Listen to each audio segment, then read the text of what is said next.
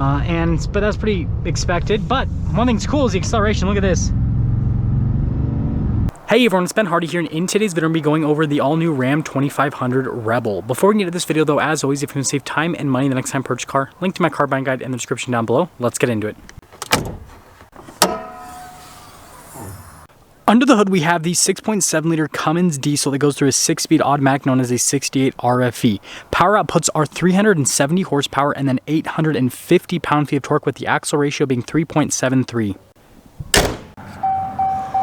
Before we go to the front end, I do want to mention, if you want to see more videos just like this, then I recommend you subscribe because I post content every single day. So starting here with the top, you guys can see we've got the cab lights there, which is part of this package. And then the hood is where the fun begins. You guys can see you've got that hood scoop there in the center and then the venting there on either side. And notice it says 2500 heavy duty. Even though it's not necessarily functional, it looks cool. Now this actually has a lot of elements from the Power Wagon. So you guys can see here with the LED daytime running light there at the headlight. And then notice we've got the Moustache front grille here with the camera there in the middle of the A. And then you guys can see tow hooks there at the bottom. We got the fog lights, and then again, that more like off-road style front bumper. And when you put it all together, the new Ram 2500 Rebel looks really cool.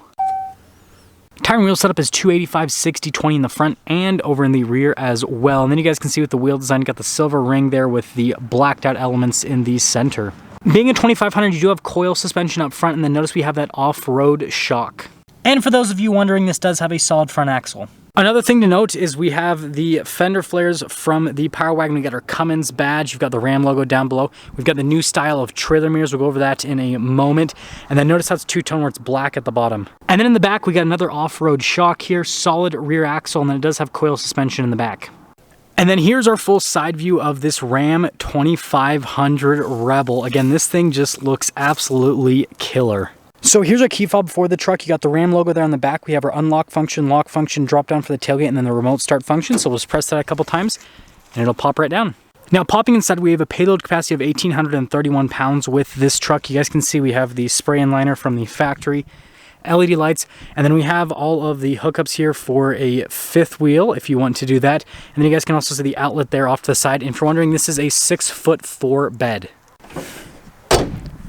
Now we have the cool LED taillights here in the back. Notice that the center portion is blacked out to kind of make it look sportier. And then you can see all of the badges also blacked out here on the back. And then again, you've got that darker colored bumper here. And then this one does have the little kick steps. So all you got to do is just push that out right there. And then when it comes to towing capacity, since this is a diesel, you're right around that like 16,000, 17,000 pound range. And I want you guys to let me know what you think about the styling here on this Rebel package. I think that Ram did a really good job basically just taking the Power Wagon styling and throwing it on this truck. Now popping inside, this has the limited interior you can get with this Rebel package. So really nice leather here on the door panel with the contrasted stitching. And you can see the speaker for the Harman Kardon sound system and tons of storage space too. And yes, that continues to the seats. So really nice leather seats, notice perforated in the center. You got really nice piping here on the side. And then we do have under seat storage here.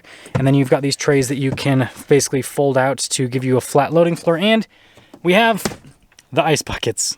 Legroom here in the back is decent. This still doesn't have the bigger cab you have in like the new Ram 1500. Got a little storage pocket here, leather on the grab handle. And then you guys can see cup holders. And then we've got some vents, USBs, heated seats, power outlet as well, and more storage. This of course has a cup holder armrest, and then headroom's also pretty good. Notice the keyless entry. So here is the front door panel. You guys can see really nice leather trim all over. We've got memory seats. We've got all of our window controls, front two are automatic. Mirror adjustments, the mirrors do power fold in, and then we've got this little control panel. We'll go over that in just a moment, but notice all the storage space. So first off is this little button right here, and this actually lets you adjust that little convex mirror at the bottom of the trailer tow mirror. Sorry if the camera freaks out with the focus during this situation. So you can press that, and then you've got these two buttons right here. These are actually lights on the mirror. So you can see the first one right there, and then the other one underneath.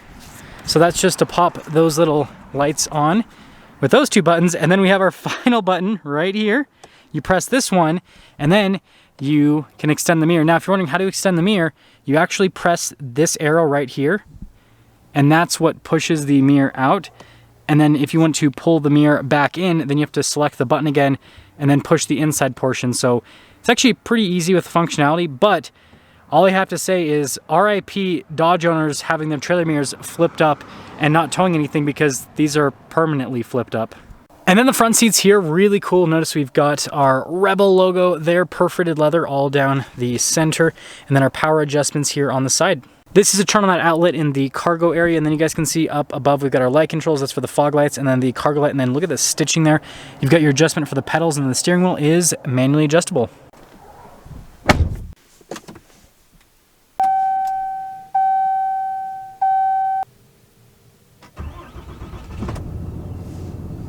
So here's the steering wheel, really nice leather trim all around. It's perforated on the sides and get a slightly better grip. You do have radio controls on the back of the steering wheel. This does come with regular cruise control as well as adaptive cruise control. You got your gear limiter if you don't want it to go above a certain gear. And then you got like your phone controls, your controls for the center stack, turn signal, windshield wiper stock, and then this has a good old fashioned column shifter with some nice leather trim on it. Now this right here is another big change. We have this full digital gauge cluster. Now a lot of people have been worried about this because they feel like it doesn't look as good as the previous version. I can tell you that it looks a lot better in person. So like the video you're watching right now probably isn't gonna look the best, but in person, I like it a lot, and it gives you a lot of functionality. So notice that, well, I can change how it looks right there, just like with the new Jeep Grand Cherokee, and you can see it says analog there at the bottom. I can switch over to just digital, and so yeah, it's cool how you can actually change how the whole cluster looks. It's one of the benefits of a digital gauge cluster. But my favorite party trick right here is not the information, it's actually, I skipped it, the map display where it gives you like a whole map view. That's pretty cool. And then from there you guys can see with like the off-road stuff, so like just so much practicality with this new digital gauge cluster. So I think that some of you guys might not like it at first, but after you use it, you'll probably like it.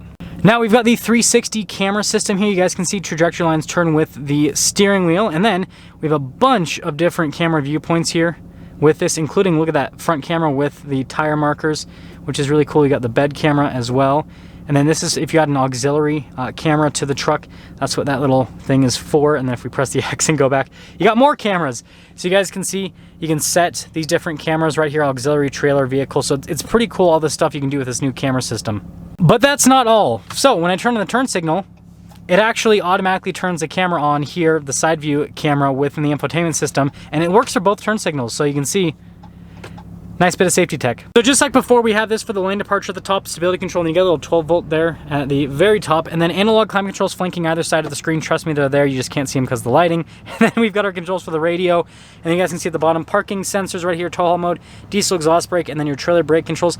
Now this infotainment system is the one they released for the 2022 model year, so it really hasn't changed, so it has all the same stuff as before. Response time's good. Notice we got the Android Auto right there that's been favorited by someone. Maybe it was Jason that favorited it.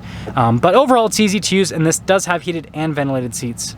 Now with this Rebel package, you guys can see you got hill descent control, 2-wheel drive, 4-wheel high, 4-wheel low, you got your true neutral, and then you have your axle lock as well.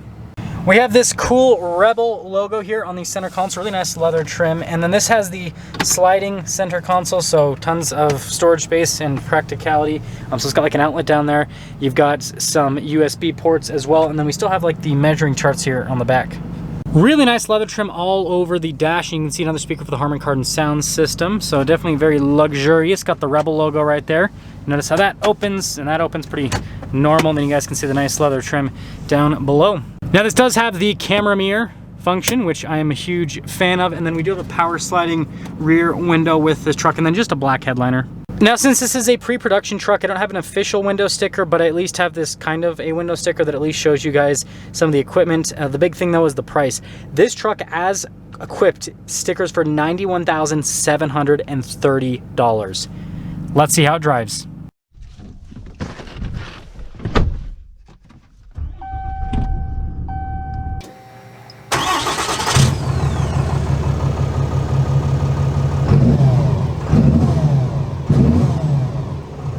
Before we set off, let's talk about visibility here with the Rebel.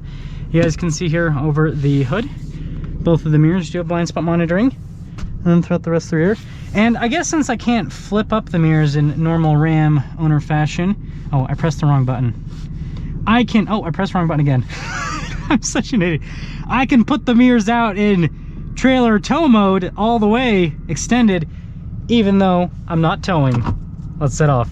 Before we talk about how this Rebel drives, I do quickly want to mention, if you guys want me to take this off-road, let me know in the comment section below. I didn't have any plans of taking it off-road, even though it's a new off-road package. it doesn't seem like people really care about the off-road reviews too much. And so yeah, just let me know if you guys want to see that. But let's talk about how this truck drives and, you know, I guess the experience living with this truck with the new mirrors and with the digital gauge cluster as well. So first off, the coil suspension helps out tremendously when it comes to ride quality.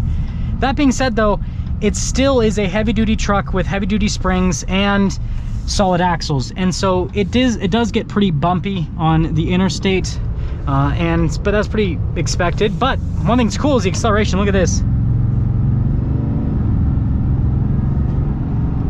I mean, this isn't the high output obviously, but it still gets up and moves at a pretty solid pace. And I love the animation there with the tachometer. I mean, look how cool that is.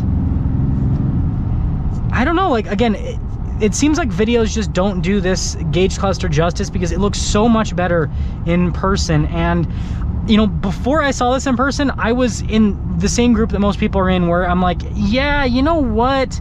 I'm not so sure about the new gauge cluster on the Ram 1500 and then heavy duty, but now that I've been living with this, I love it, and I'm all about it. I think that it's worth it. So we'll kind of sum things up a little bit later, but other stuff here with this truck. This is actually the first time I've had a chance to live with the new body style diesel for more than like a couple of days. I've had it for a week, and I'm actually pleasantly surprised with how like comfortable this truck is. Again, it sometimes can get bumpy with the ride quality, but the seat comfort is really good. These leather seats are really comfortable.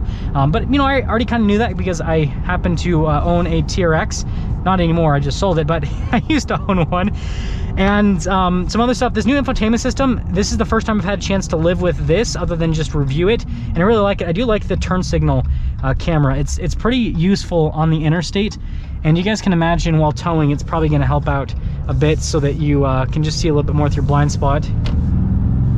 I love the Cummins so much. It sounds so good. Honestly, like, I've never owned a diesel truck because I don't tow. Like, I sometimes will throw stuff in my truck bed and haul stuff around, but like, I don't tow, so like, I don't need a diesel. But driving this around makes me want to have a diesel because it feels so cool. Like, it's just such an experience. So summing things up here, I love the looks of this truck on the outside. I love the interior. Again, limited interior. This is definitely the nicest truck interior you can get on the market right now. And you guys will see over the train tracks here kind of how the suspension performs. Just gonna be a little bump. Bloop. See, not too bad. And then, you know, with this Rebel package, I think it makes so much sense because here's the deal. People aren't really going to take this truck off-road. I know that people comment, oh, the Power Wagon's better because front locker, sway bar disconnect. Yeah, it is better off-road because of those two things. But how many people take Power Wagons off-road? How many people take these off-road, right? But how many people tow with these? So many more people will tow with this than take this off-road. But it has the cool off-roader looks, and that's what everyone wants. And so I think this is great. It has a rear locker, and I mean, still, like, this has solid front and rear axles, so it's going to be super capable off-road. The lockers and stuff help the front locker and the sway bar disconnect, but what this has is great. And so I think that Ram did a really good job. The only thing I have to complain about is these new trucks are so gosh darn expensive. $90,000 for a 2500. I mean, geez, that's the only thing that I'm like, oh man, everything's so cool, but it's so dang expensive. Let me know what you guys think about this. I'm a fan. That's gonna sum things up with our video on this Ram 2500 Rebel. And with that being said, I will see all of you in that next video.